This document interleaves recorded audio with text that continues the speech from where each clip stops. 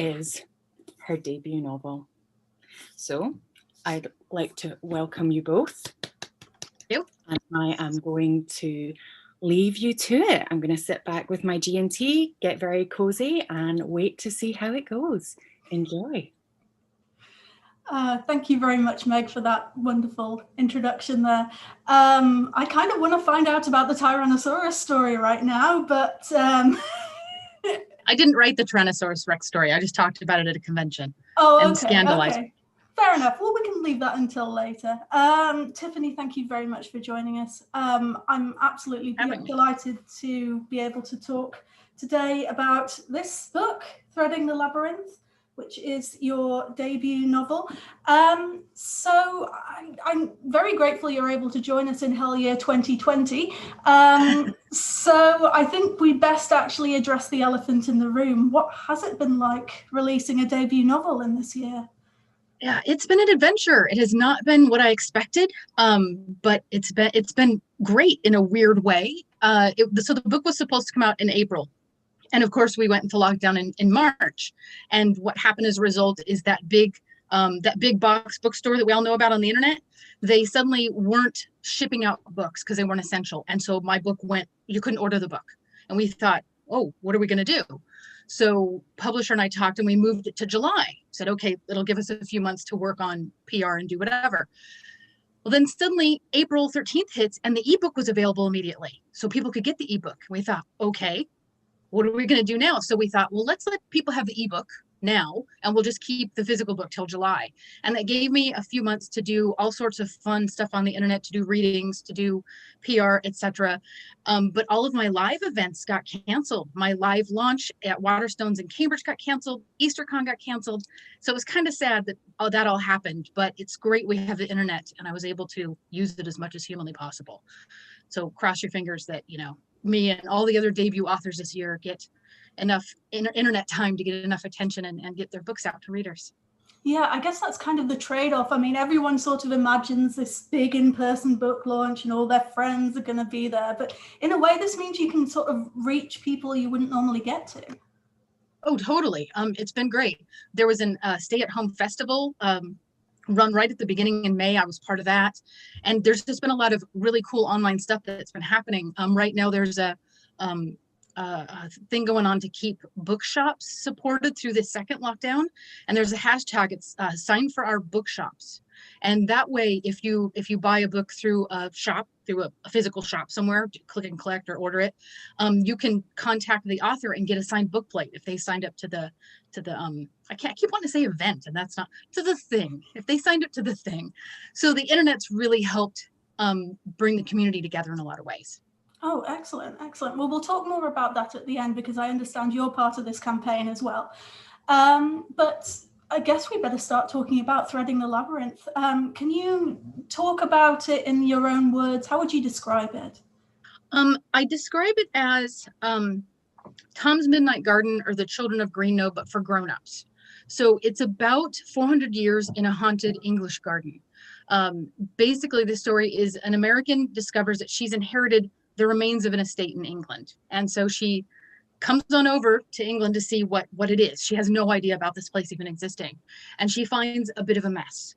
And so while she's uncovering all the secrets that it holds, inside the frame story of her in 2010 doing this are four other stories, four other novellas. Not in chronological order because that would be too easy. And so you have stories about the people who worked in the gardens. You've got the 1770s with the son of the head gardener. The 1620s is a weeding woman named Joan. The 1941 is a land girl, Irene the land girl, and 1865 is the daughter of the head gardener. And so I focus mainly on women for the most part and on the workers because so often in stories about big fancy houses, it's about the people who owned it. But the people who worked there are who we're all sort of related to much more. If we look at our past, if we look at our ancestry, we're related to the servants. We're not related to the people in the houses. And so that's who I wanted to focus on. Okay. Well, going back to, you mentioned Philippa Pearce's Tom's Midnight Garden. Obviously, when we think of fantasies in particular that connect to gardens. We also think of Frances Hodgson Burnett's The Secret Garden, which of course is having its 100th anniversary this year. But obviously there's, we're always, a lot of authors in the past have been attracted to gardens, but what for you draws you to exploring gardens, exploring these secret places? Well, I like the idea. So I like multi-generational stories. I love to read about, one couple and their kids and then the next kids and the next kids. I always want to know what's going to happen. And so originally I was going to write about a house, but then I realized that the house wasn't going to change. It was the garden that would change, because gardens go through different fashions and they're much easier to dig up and replace. But gardens leave behind traces. So even, if you have a garden from, 20 years ago, 200 years ago, 400 years ago, there's going to be traces of that garden left behind. And I like the idea that all the different times and incarnations of the garden still exist. And that gave me the way to play with time. And so in the story, people from all the different time periods in the book see people from the past and from the future. But the people who appear in the past and the future don't know that they have. So it isn't a time travel story in that way. Nobody purposely travels through time to do anything. It's just this place is holding on to everybody. It's holding on to the sort of the energy and the memories and the loss and the hopes of all these people who were there at one time. And I think the garden gives us a way to play with that more. It gives us a way to play with those traces. And I really wanted to write a grown-up version of those books, because a lot of gardens in fantasy novels are kids' books. When I did my research and I studied, there are hardly any really important gardens in grown-up fantasy. It's always in kids. And when you have a garden in any adult novels, it's usually not fantasy. And the garden's a place where grown-up stuff happens, like betrayal and adultery and murder and all that kind of stuff. P.H. Lawrence, right? Yeah. And so I thought, let's take this thing that we loved as a kid and bring it forward for us as adults. So it has adult themes, but it still has that idea of you don't know what's going to be around the corner. And the garden is this sort of magical place of discovery. Okay, well, with that, I think it's time we heard an extract from the story. So what are you going to read to us first? Tony has come to England, and she's in the garden. Her phone rings. She falls over. She doesn't get the phone. But so she's not having a very good day. And meanwhile, Lauren Ellis, who is a representative from Country Legacy, which is like a national trust I made up, is there, but she's somewhere else. So Tony's by herself, and she finds the garden. And in the story, in this garden, the oldest part of it is a walled garden. It's the oldest leftover part of the gardens. And it's sort of the magic. And this is when she finds it. The gate's handle, a sinuous Art Nouveau curve, felt cool and smooth in my hand. I stroked it, my mood subsiding with the mindless but comforting action. When I pushed the gate open, Kevin's complaints, the mounting bills, my credit card balance, and even the remains disappeared. I should have walked here at twilight beneath lanterns the servants hung in the trees, their light soft under the blush pink and soft lavender of the sunset. I should have sat here in the mornings to drink my coffee from dainty porcelain. The plan of my day depended on how slowly the shadows slid across the stone path and up the trunks of the fruit trees splayed against the wall. I should have met a lover here behind the closed door. No one would see us as the blossoms brushed against our soft, naked skin. I should have slept here and dreamed about other places and times. My footsteps were silent, lost in the soft, thick turf as I approached the bronze sundial in the shape of a horse atop a stone plinth. A careless gardener must have messed up because it read 3 p.m. Around the top edge of the column ran a motto, Ver non semper veret. I was relieved, if that's the right word, to find a translation carved around the column's base. Springtime does not last. No kidding, mister. Yet spring was at its fullest around me. I wasn't sure when different flowers were supposed to bloom, but who knew when things happen in gardens in England? The sundial's base was a riot of pink roses, and the beds surrounding the sundial were in full bloom. Round flowers, spiky ones, little short ones, tall ones, pink, blue, yellow, purple, red, all battled to be the brightest, and everywhere green. The soft green of lavender, the bright green of box, the silvery green of lamb's ears. And like that, the names slotted into place. Iris, peony, foxglove, delphinium, primrose, lily, violet, aquilegia, stock, dianthus. I knew these flowers. Knew them as if I'd been the one to plant them. Knew them as if I'd never killed every house plant I ever brought or hadn't almost failed I failed an art history exam when asked to describe and analyze the Dutch master's flower-rich still lifes. How did I know these flowers? The sound of trickling water drew me to a small half-circle basin set into a niche in one wall. A stone mermaid, softened with green lichen, topped the wall fountain, and the water trickled down from where she wrung her hair. It made me thirsty to see that water, and I cut my hands beneath the mermaid and tasted it. It was cool and dark, and I tasted the fountain it came from and the pipes that brought it to the fountain, deep underground where it flowed fast and dark. I tasted the years that the garden had been here. I tasted minerals and metals and stone and flesh and bone and hate and devastation and obsession and madness and love. I slumped down into the shaded bench hidden in the recess to the side of the fountain, slipped off my shoes and rubbed my ankle. It smarted, but nothing was broken. A few minutes rest and I'd go find Lauren and ask her about the remains. The chimneys loomed over the top of the wall and looked down at me. I felt pinned down on the bench, caught like a bug specimen under glass. If I waited long enough, maybe she'd find me. To distract myself from thinking about being with her in this garden, I checked my phone, but it didn't show any calls or texts. Perhaps I'd heard Lauren's phone out on the path. Perhaps it had been one of those green parakeets. Or maybe you're losing it, I thought, tasting the years indeed. I started to cool down, but I was sleepy, so I sat and watched the garden, listened to the birds, wondered how I'd ended up here so far from home. This place wasn't mine. It belongs to you. The voice sounded like my grandmother's and I jumped. I talked to her in my head for years since she died, but I never expected her to answer. Sometimes I like to imagine showing her all the things in my life she never got to see. And I'd often talk to her as I went about my day to say, look, this is what I do. The internet, my gallery, a TV show, silly things like a new pair of shoes. She'd have been tickled by all of it. This isn't something I ever admitted to anyone, not even the therapist I saw for a while several years ago. If little kids have imaginary friends, why can't grown-ups talk to their dead relatives? What do you think of all this? I asked her, unafraid of being heard. She didn't answer, but the sun shone brighter as if it had come out from behind a cloud. I shaded my eyes and considered another taste of the water, but didn't want to move, afraid I'd miss something. The edges of the flower petals sharpened, standing out against the leaves as if drawn rather than grown. Stamens and pistils, violently yellow with pollen, pulsed against the pinks, purples, and blues. The sun glinted off the sundial so brightly I could barely see its shape, only a blazing disk, throwing its reflection into the air above. Bees droned among the roses, their buzzing taking on the grating edge of a lawnmower. I could feel the catch and hitch of the butterflies as they rubbed their legs along their antennae, and the smell. At first, the scent of roses on the sundial and the honeysuckle trailed along the garden walls were a tease, reaching me with each small puff of breeze. It mixed with the soapiness of the lavender and the heady spice of peonies. As I sat hypnotized by the garden, the scent became overwhelming, like being trapped in an elevator with a woman drenched in cheap perfume. The garden's walls closed in on me and my limbs weighed a ton, keeping me on the bench. I was panting, trying to catch my breath. The tinkling of the fountain caught my attention again, and I turned away from the colors and light of the garden to rest my eyes again in the cool shade. The mermaid's smile was a growl, her sharp teeth biting into her bottom lip. Her hair, where she wrung it, was thick with sea creatures, scuttling crabs and writhing eels carved into the stone. The water in her bowl was full of dead leaves and insects and sludgy with moss. I peered closer, and a bubble broke the surface, and as a fat, sickly white fish slid through the dark water. I jumped up, grabbed my shoes, and hurried down the path. As I passed the sundial, its shadow elongated. The horse grew and stretched as if following me. I ran then, bad ankle or no, resisting the urge to look behind me.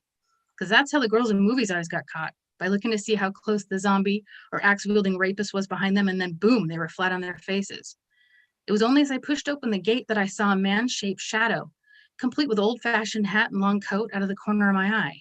I looked back then, I couldn't help myself, and saw something that my brain registered as a plane, its silver tail sticking up into the sky, but that had to be the glare of the sundial. Once I was beyond the wall, away from the colors and scents, I knew that it was my imagination getting the better of me. The garden outside the wall was as I'd left it, was as everyone had left it for years, gray and brown and green, broken and messy. Nothing was recognizable, no flowers named themselves, and nothing mesmerized me. This place wasn't for me. It was too overgrown, too big, too beautiful, too scary. Too much. On the walk back to the house, I wondered how it was still standing. Bomb damage was extensive. Part of the house was missing. The wall caved in from ground to roof at the end of one side of its squared-off U-shape. A stained piece of ancient curtain, still attached to a window, shifted in the breeze. I imagine my great-grandmother or great-aunt, whoever lived there then, had just closed the doors closest to the wing. The remaining parts looked big enough to house half a dozen families. Hedges that had once lined this part of the garden were monstrous lumps. A tennis court was recognizable by the 2 poles meant to hold the net. The surface was a rectangular bed of weeds, golden in the sunlight. I cringed to imagine what the pool next to it looked like up close. Probably like the mermaid fountain, only larger. When I saw Lauren on the front drive, I hurried over, glad to see another human in the wasteland. Hiking in the desert or the mountains had always calmed me, but until now I hadn't understood it was because even with the trees and plants, it still felt empty. Those plants grew there on their own. Being surrounded by vines and weeds and creepers, the descendants of the gardens that had been planted on purpose, left me feeling watched and suffocated. And I'm sure everyone is clapping along in the chat. Thank you very much, Tiffani. Just hearing that back, having read the entire novel and thinking of all the echoes of various things that happened later on in the story, and also kind of thinking, oh, Tony and Lauren Lauren forever, bless their hearts.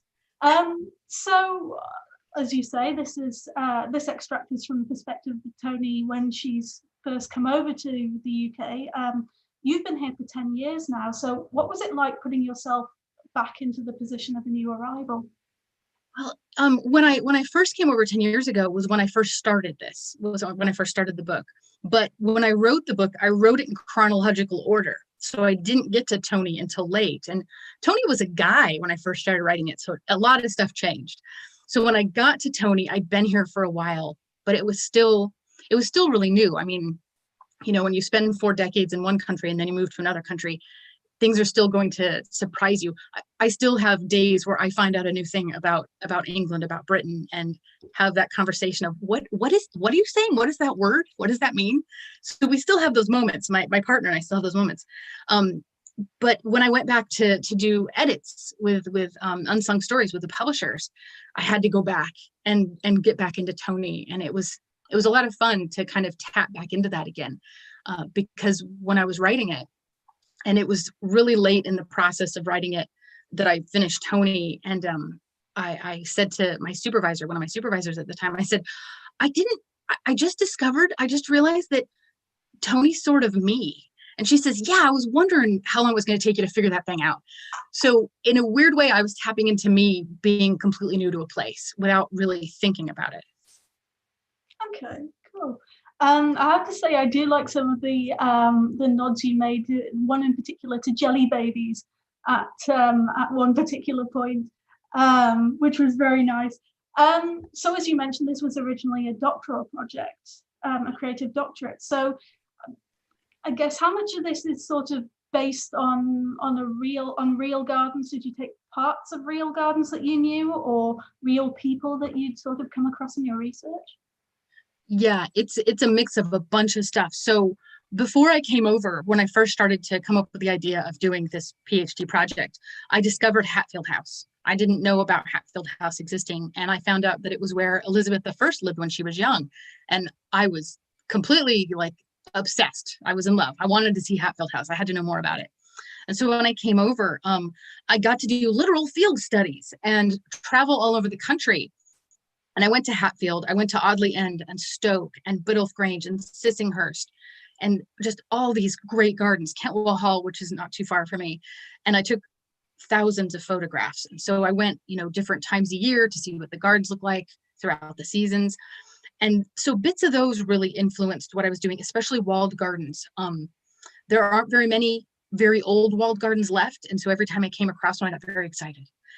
And when I was doing my research as well, I did things like visit the Garden Museum quite a bit.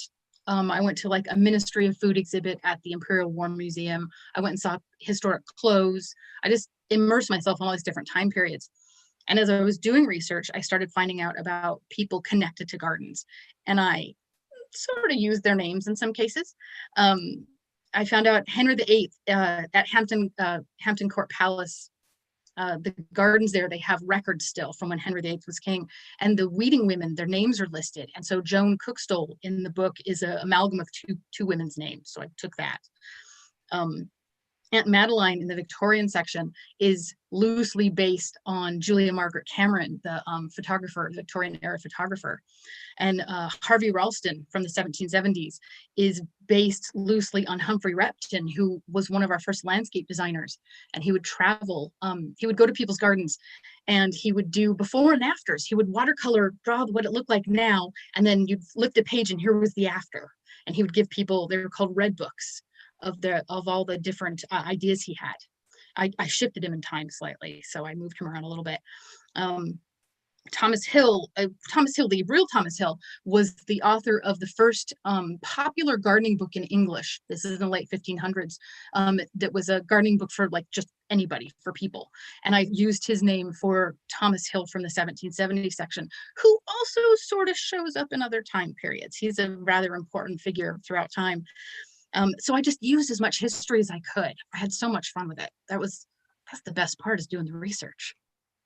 Yeah, Thomas Hill actually sounds like a really good shout out actually there. So you've almost kind of answered this question already, but it sounds like it's a lot easier to research the history of gardens than I would have expected. You know, gardens as something that's constantly in flux, and you mentioned how often over the time periods they were landscaped quite substantially, really. Yeah. So my personal jam is Tudor era gardens, but none really exist anymore, because when the English landscape style came in the 1700s, and Roy Strong lays this at the feet of Brown. He's the reason why all the gardens before it are gone. Everybody who had money and who built those kind of gardens wanted the newest style, so they ripped everything out. And so we only have, the only stuff we have left to show us what these gardens look like are drawings in gardening books at the time, is art. And we do have some weird ghosts here and there. There's bits, spy planes during World War II flying over, taking photographs. Recently, photographs were rediscovered that show the ghost of a labyrinth garden from that time period here. So it's stuff like that that pops up because it's not left anymore. So studying gardens in books is really easy. There are even books about garden books, strangely, books about gardening book history. So that's easy. And the English obsession with gardens, I mean, there's a lot of books and I have a lot of them on my shelf. But going to see the actual gardens themselves, there's no way into an era garden because there just aren't any. But I could study the landscape gardens because they're still around, and like the Victorian gardens where people collected one of everything, those are mainly still around. So that was easy. It was just the older stuff that was really hard. Okay, we're getting a slight delay at points on your feed, Tiffani, so we'll just keep an eye on that for the moment. But you mentioned Joan Cookstall. I think this would be a perfect opportunity to actually hear from her. Oh, okay. Joan Cookstall is the weeding woman in the 1620s, and so that's it's called the early 17th century section, and I've got a couple of pages of her, and this is the very beginning of her section. Where to start the tale? At the beginning. My husband Will is ever after me to start at the beginning when I come home full with news. A hunt starts before the hounds are loosed, he tells me, as if sharing what her ladyship wore or what Gwen said is akin to blood sport. Will says, start at the beginning, but knowing where is the beginning is as much a decision as telling the story. If I was telling him in our bed and women fadoodling, because I can draw them for him as plain as if they was in front of me. But I know this garden like Eve knew hers, and I know when something is wrong, and so I start there. There's no true beginning in a garden. Before me was another weeding woman, and before her, another, all the way back to Eden. There's a pretty tale, that moment between nothing and something. Between a seed brown and plain to a tiny green sprout. When did the weeds come? After the snake, most like. What I wouldn't give to see Eden as it was, before Eve was on her knees, her skin sore and red, her fingernails cracked and black. And Adam like God himself, lording it over her like the head gardener does to me and Gwen. It was just like that when it started. With me working in the garden, when a voice fell on me and Eve disappeared. Her ladyship complains that her garden is choked with weeds. I finished yanking the dandelion in my fist before looking up. It was my one small protest. The sun shone behind him, his face black and unreadable, before I shaded my eyes and the halo disappeared. The king might rule the kingdom, and his lordship's domain was his house and lands, but the running of the garden was Edmund Vale's concern. I stood slowly and wiped my hands on my apron. day kneeling and standing took longer. Sir, I was in that garden only 3 days past. I had known Vale for many years, and he'd always been strange, yet Will trusted him.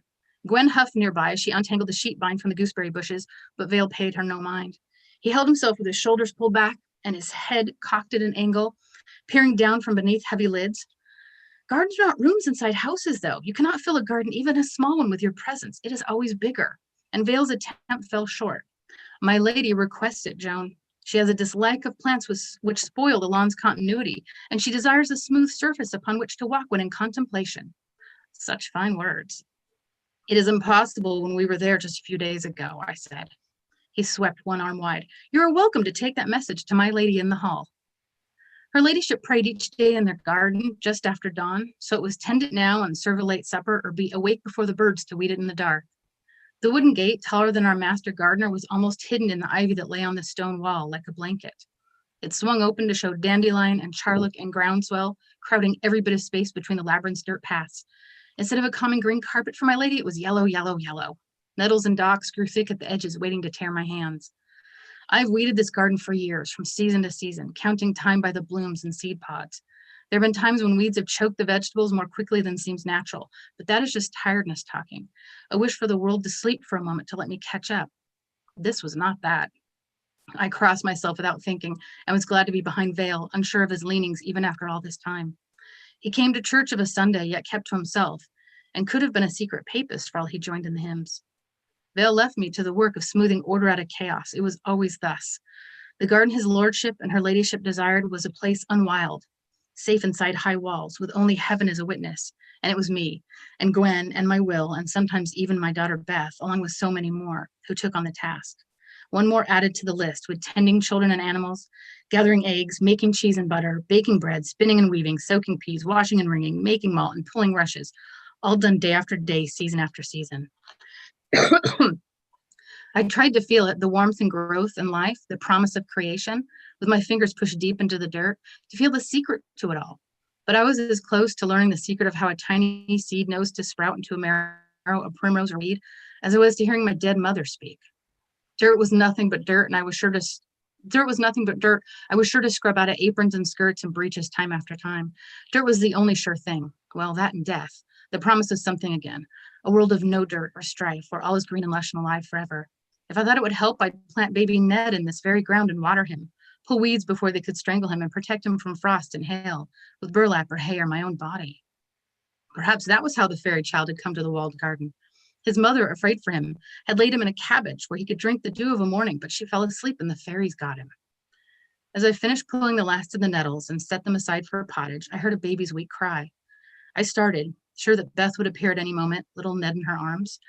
His colic made him vexatious and turn away from a milk-wetted cloth and fret for his warm mother. Then the crying died away, and I told myself it was a rabbit most like, being taken down in the field by a fox, and I went home. So that's Joan. Thank you very much, Tiffany. So what I found interesting throughout the novel is the parallel that the book draws between the role of the lady of the manor, who I understand was often in charge of the gardens or had ownership of the gardens, and the role of the gardener, and how both of these seem to involve as much legacy as the other. Could you talk a little bit about that? Well, yeah. So especially in the 1600s, there was a really clear split as far as the people worked in the garden. Like the women took care of, flowers quite often, vegetables, etc., but weren't allowed to touch the fruit trees. Like men did the fruit trees. Like there were certain things men did and certain things women did. And so you have the lady of the house, the lady who lives in the big house, and her job was quite often to deal with flowers, to deal with the food coming in, because she would talk to the cook or whatever, and also to do receipts, to do medicines. She had like her own little medicine room or chest where she would take and come up with different kinds of medicines for the people in the family, especially if they lived too far away from physicians or whatnot.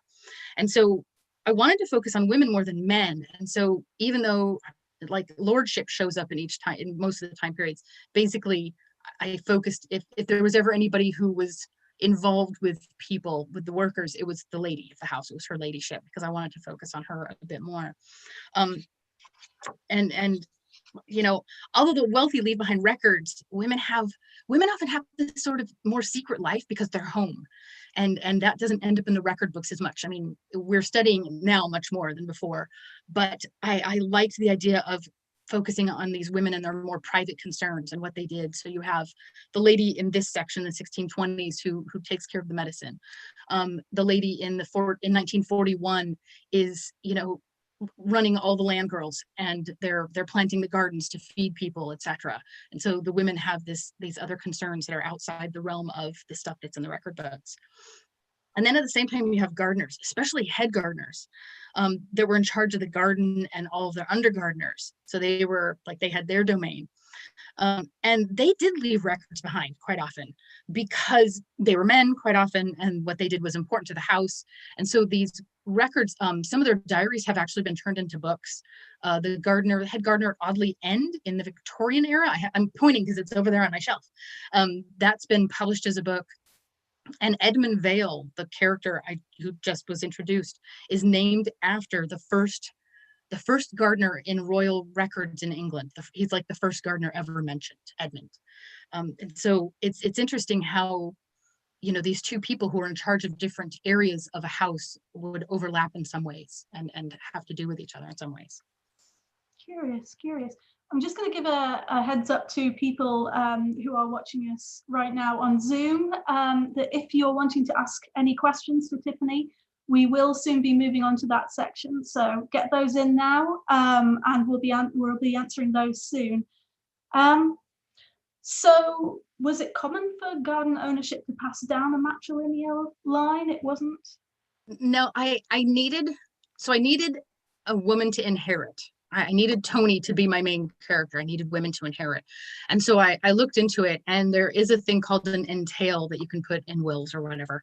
And you can come up with this thing where, okay, in this entail, the oldest female in the family will then inherit the land, but they don't inherit the titles so much. And so that's one reason why I didn't name any of the ladies or the lords. That's why it's her ladyship, his lordship, because I didn't want to focus on them, and I didn't want to end up creating a family tree in that way. So they all had this generic title and no actual names. But it's important to know that the female line inherits when you get to the 1700s section, and things happen. And so then when you find out what's happened there, you start to put it together with other clues, and you realize who Tony is. And I'm going to leave it at that because I want to spoil it. Our wonderful tech buds for tonight have just reminded me that if you're watching on YouTube, you can ask questions as well. So if you pop those in the YouTube chat now, we'll be able to answer those too. So I guess that considering the number of, I guess I could call them echoes of the past and the future that occur throughout the story, there is one question I have to ask, which is, do you believe in ghosts? It's one of those questions, like, I want to, but I'm so pragmatic on the other side, and it's weird to have two brains, to be writing fantasy and to be scientific about stuff. I want there to be, because I enjoy the idea of hanging around, and I it's so difficult to think that we expend all this energy and we do all this stuff and then that's it. And so I like the idea of like your ancestors hanging around. I've been watching the show Ghosts on BBC. I'm completely obsessed with it, and that's kind of what I imagine are these people still having their own little lives, but they're dead, weirdly. My grandmother did when I was very, very young. When I was a baby, her father died. My great grandfather died.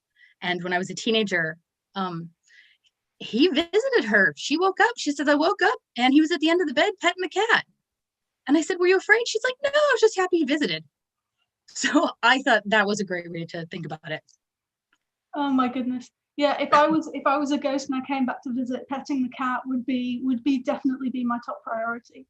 I know, wouldn't it though? Okay, do you actually have any favorite, seeing as we've just passed spooky season and we're heading into sort of December, Christmas ghost season, do you have any favorite ghost stories from around that time? I mean, not garden ones, obviously. Yeah, I don't. Ghost stories aren't a Christmas tradition in America. Okay. Yeah, so So I always knew about Christmas Carol, but until I moved here, I didn't realize that that was a thing, that it was like a traditional Christmas sort of thing.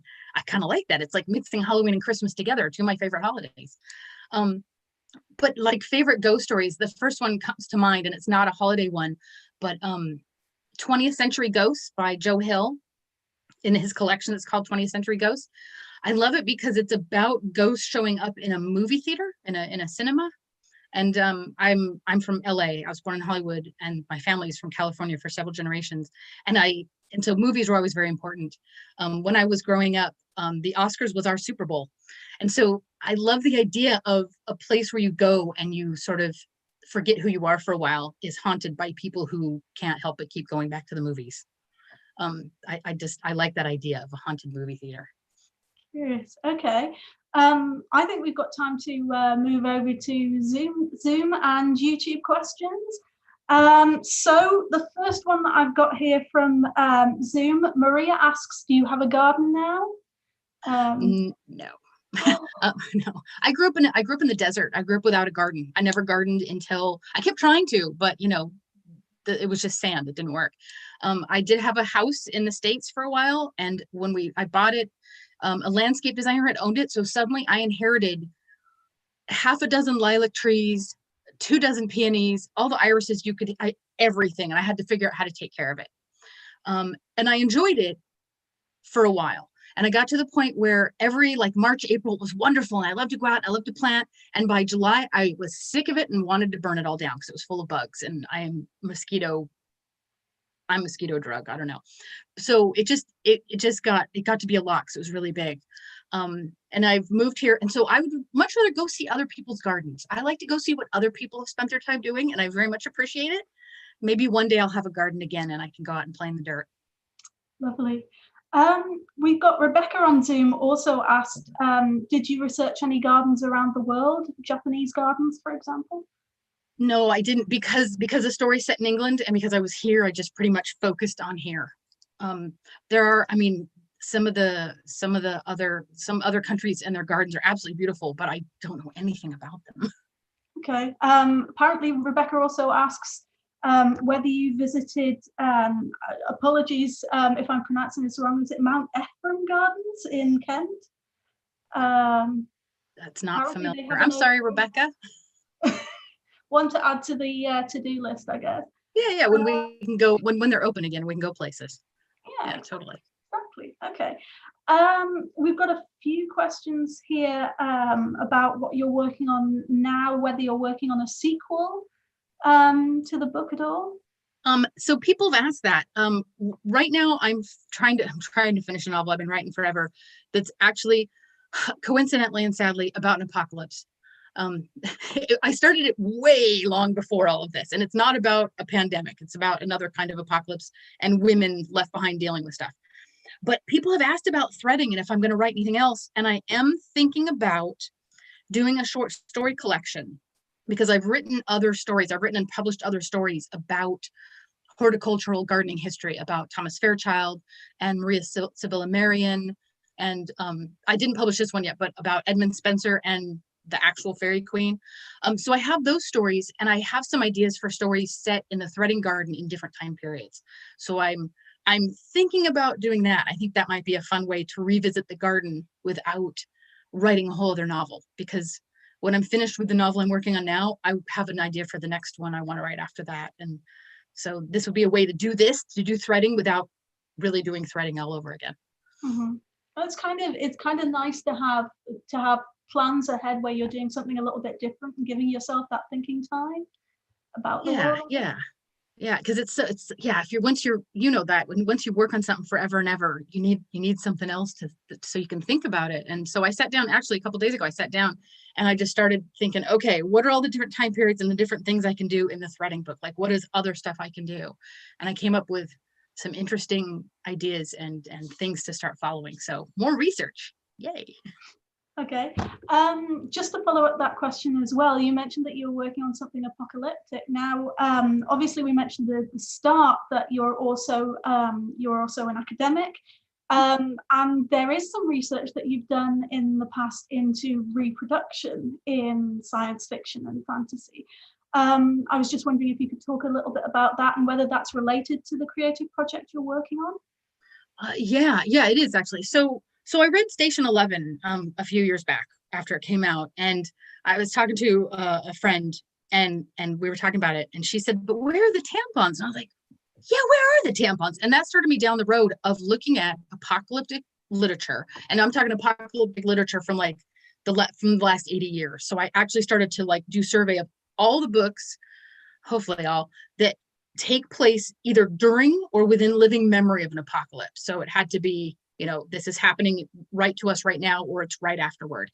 And I did a survey, and I counted like how many female authors and male authors, how many female protagonists, male protagonists, and then I started to look at how often it mentioned menstruation, contraception, reproduction, menopause, and childbirth. And it doesn't a whole lot, actually. More men than women write apocalyptic fiction, although that's changing slightly lately. More male protagonists and female protagonists. So of course that stuff doesn't get paid attention to. But even when women were writing it, often that stuff didn't get paid attention to. But that's changing recently. And so in 2017 at Helsinki Worldcon, I gave a presentation about this called "Where are the Tampons? The Estrangement of Women's Bodies in Apocalyptic Fiction." And audience member, pinged me on it and saying, what about trans people? What about people with disabilities? What about people with chronic illnesses? And I said, you're totally right. And so I added that in, and that's become something people are looking at more. So the book started before that research, but they do interconnect. In the book, it's mainly women and children left behind.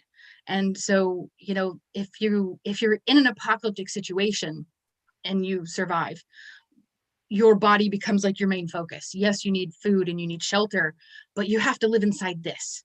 And so what's going on here is really going to affect you. And if you menstruate, suddenly you need certain supplies. And depending on if the apocalypse is one of plenty or one of not, you're going to be screwed one way or the other. So, and it's about, how these books sort of ignore a lot of things that are really important to certain segments of the population. So I'm trying to bring that up in the fiction. I'm trying to play with that a lot. So expect it to have a lot of lady bits and other bits in it. It's always good to have more bits, I think. So let's move on to some of these other questions. There's an interesting one from Liam, actually. Liam on Zoom says that I've always loved the idea of walled gardens, and I dimly remember someone explaining that paradise can be translated as a walled garden, suggesting the Garden of Eden was one as well. What is your idea of a paradise as a garden? So I guess what would your paradise garden be like, in other words? Oh my gosh. Well, it would be a walled garden. And yeah, you're right. Walled gardens have a long history. Quite often the Annunciation, the image of Mary, the angel coming down to tell Mary she's going to have Jesus and all that, is in walled gardens. There's this whole, you can go down the research bunny hole looking up Mary and the Hortus Conclusus and these gardens. Mine is a walled garden that has a lot of pink things in it, because I really like pink fluffy flowers, even though I'm not the most feminine of girls. I like pink fluffy things. And somebody else gets to tend it, and somebody brings me drinks. But shaded, because I don't like being in the sun. So I kind of want the best of both worlds. And it smells nice. I'm all about the smells. I like the smells. And lots of bees. Yeah, I've noticed that you really bring the sensory element of the garden into your work.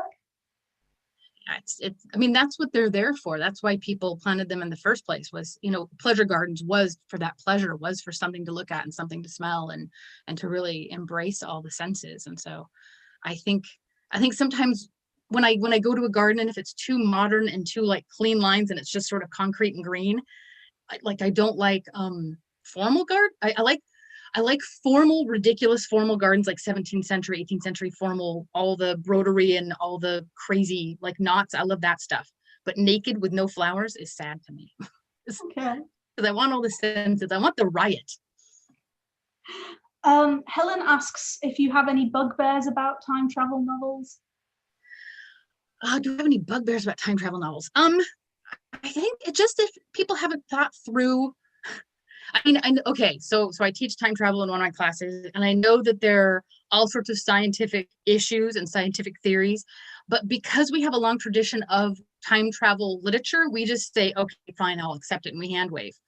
So I don't really caught up so much in that part of it. More, I get caught up in the logic, like the story logic problems. If somebody did this, then if it hasn't been thought through all the way. So I get caught up in that. And I love the idea of traveling to the past. That makes me so excited and so happy. But sometimes when things are hand waved in a sense, like somebody shows up in the past and they're dressed like now, they would really cause a lot of attention. Like that would be a big thing. And I love Doctor Who, totally adore it. But the whole, oh, they don't notice because of the TARDIS, like it's just explained away. I want to see, like in the St. Mary Chronicles, I want to see the costume people at work and making the costumes and get you ready to go. That's the stuff I want to see. Okay. We've got quite a lot of questions in. Unfortunately, I'm not going to be able to ask all of them, but we're really grateful for you guys for tuning in, and to you folks for tuning in and listening to this tonight. Christine Melvin on Zoom asks, I guess this is almost like a plotter versus pantser type question. How do you decide when you've done enough research to actually start writing? And does any subsequent research you've done sort of alter things as you're going along? So I'll do a bit of research to get going. But I will, as I'm writing, I will hit spots where suddenly I need to do research, and I will bracket it. I bracketed a ship battle in this book and then never wrote the ship battle. I decided I didn't need to do it. So it happens, but you don't actually see it happen, because I thought, you know what, that's just going to take me down a bunny hole, and I don't need that bunny hole. So yeah, doing historical fiction is difficult because you can't get caught up in the research cycle. And I think it's just a matter of trusting you're going to be okay, and trusting yourself enough to think, okay, you know what, I am ready to write this. I have the self-confidence to start it. If I get stuck, I can bracket it and come back later. And that's what I do. Okay. Here is a craft question from Meg on Zoom. What was the transformative process that moved this from a PhD project into a published novel? So yeah, when I finished it as a PhD project, it was it was a composite novel, and it was in chronological order. So you had 1620s, 1770s, 1865, 1941, 2010, and it was set up like that. And it worked for a PhD, because what works for a PhD and what works for publishing are sometimes very different, because the people who run publishing houses, they know what's marketable and they know what works. And I was shopping it around, and suddenly I had an idea in the shower of all places. And I thought, I know what's wrong with it. I need to separate. It needs a frame story. It needs to feel more like a novel. And so that's when I took 2010 out, split it into pieces, and stuck the other parts inside in the right places, but in the wrong chronological order. And that's when publisher said, okay, yes, you know what, this is going to work. This is a novel. And so it still had editing after that. But it was basically, after that, it was basically dealing with the themes in each section, and like really building those themes up more in each section, and fixing some point of view stuff. But I had to step back from it as a PhD and really approach it as if I had written it just for publication, and think about what would work for readers, because readers in the world and your PhD examiners are two different things. Okay. We're going to ask a couple of more questions. First of all, Penny on Zoom, just going to take me a moment because this is quite a long question. Okay, so recreating the population seems to be the promise of post-plague times, but the threat to women seems very real. What are your thoughts on this? I guess what are the threats that are kind of, you pick out a few of them that you might sort of imagine that would be in this period. So we're talking about my apocalyptic book and something that happens. Well, generally in sort of an apocalypse. I mean, obviously it's a book you're working on at the moment. We don't really want spoilers. So. Yeah, I mean, so I think aside from whatever the apocalyptic event is, if there's like nuclear fallout or what have you, aside from that, one of the biggest dangers to people is their health, and the infrastructure of our hospitals and our clinics hell, our roads, all of that, falling apart, even if it isn't a bomb, if it's something that messes with the population, if you have way fewer people, you don't have enough people to run all the stuff. And so what starts to break down are these even little things that are wrong with you, even little stuff you're not quite sure what it is. But it's funny right now, we're in the middle of, COVID-19, and a lot of people will say, well, God, I hate this, about maybe somebody who's died, and they'll say, well, what was wrong with them? And I think there's something wrong with all of us. We all are carrying, we're perfectly healthy for like 2 days when we're 22, and that's about it. We're all carrying stuff. I mean, I've been dealing with a breathing thing that's not COVID since July. Don't know what it is. So I think that's like one of the biggest dangers. And for women, if you are, if you had an IUD put in and then suddenly you can't get your IUD taken out, that's a problem. If you're taking the pill to control, if you're taking it for like endometriosis or something, suddenly you can't get a hold of that medicine, you're going to have that problem. You're not going to be able to work as hard as other people because you're going to be, disabled with pain for quite a lot of the month of your life. If you're on certain kinds of drugs for other things, if you are diabetic, if you have certain kinds of arthritis, think about anything going on with your body. And if you think about bodies that have, ovaries and breasts and all these other bits, those things go bad sometimes. And if you were pregnant, prenatal care is really, really, really important. And suddenly you have people who are not getting prenatal care, and that's going to lead to some problems. So I think it's just really interesting that we have these stories in which we have an apocalypse and people just have babies and everything's fine and everything's dandy, and it's not really that easy. That was a bit of a rant. It's the infrastructure issue, basically. Yeah. And one last question from Phil. This is a lovely question, actually. While 2020 has been a cluster of a year, what has been your moment of joy? I mean, I suppose this is a pretty big. This is a pretty big moment of joy, really. Yeah, when I got the books in the mail, it was real. Like, I'd seen the cover, we'd had the cover for months, we went through all the edits, I'd seen a PDF of it, I've seen the ebook of it and everything. And then the box showed up and I brought it up to my room, I'm in my office, and I put it on the floor and I walked away because I just couldn't deal with it. I didn't want to film myself opening it. I couldn't deal with the excitement of the whole thing. But opening that and then sending copies I sent my mom a copy, and I sent my quasi-adopted mom a copy, Shirley in Ohio. She's my best friend's mom. And I sent them copies. And my mother discovered that I donated it. I dedicated it to my grandmother, to her mother. And so that was like a huge moment. So yeah, the book was like the best thing about 2020. 2020 can get in the sea. I think we're all done with it. We're all ready for Christmas and New Year's very quietly, and then moving on. Okay. Well, thank you very much for answering all the questions in the chat. Thank you to our wonderful people watching both on Zoom and YouTube for joining us. Before you go, Tiffani, you mentioned at the beginning that you were part of the campaign with regards to saving bookshops. Can you talk a little bit more about that and how people can get hold of a signed book plate from you? Yeah, so the hashtag, I hope I'm remembering this correctly, is Sign for Our Bookshops. Look it up on Twitter, that hashtag, and all sorts of authors have signed up for it, and some are like famous, serious authors. Lots of authors have signed up, all different genres. A serious author. So a lot have signed up, and so you go on the hashtag, and what you can do is you can look for your favorite author, whoever, look for maybe a new book you have never read before, maybe this one. And what will often happen is if you find the tweet, they'll give instructions, and it'll say you need to buy a book from an actual bookshop, and you can do click and collect or delivery right now from either your local indie or from Waterstones or from bookshops.org, which is working in conjunction with bookshops. It's just to support those buildings right now, those companies while we're in lockdown. And so you order the book, and they'll have an email address where you can send proof that you purchased the book and haven't given them an address, and they'll send you a signed book plate.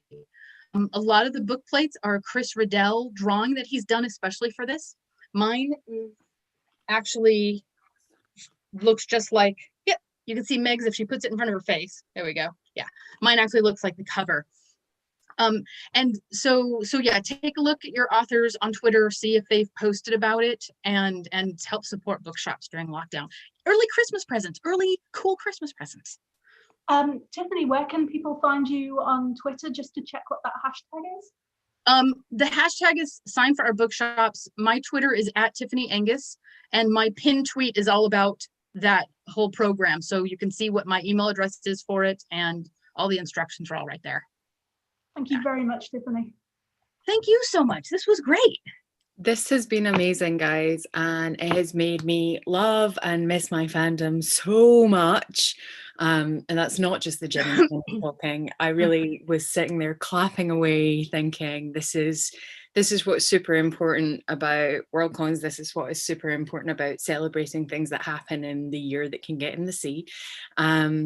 And if this has whetted your taste and you're feeling like you want a little bit more fandom, you're feeling like you want a little bit more of something extra, this weekend, Punctuation Con is on. It's running through Discord, and I believe Zoom. Glasgow in 2024 has a party on Saturday, and it is always where the party's at. So that's from the 13th to the 15th. Membership's only £5. I mean, it's not, you would spend that on a coffee, and we can't go out and get those at the moment. So, you know, it's always good to do. We'll tweet a link to that afterwards and ensure it's on our Facebook.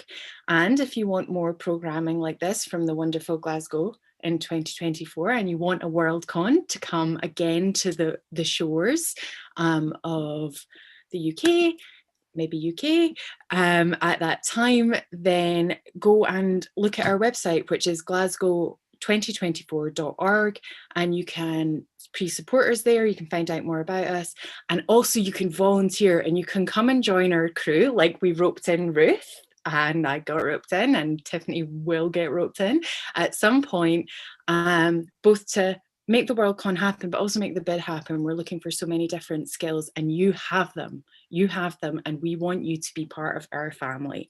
So come and join us. I am so grateful to you both. This has been a wonderful evening. And since it is the eve of Remembrance Day, where we think about memories and things gone past, I think it was a very apt thing to do. Thank you both so much. This was a lot of fun. Thank you. And thank you, everybody, for the questions. Yeah. And do follow us on Twitter and everywhere else. And goodbye, everyone. Bye. Time for Bake Off. Time for Bake Off. Bye.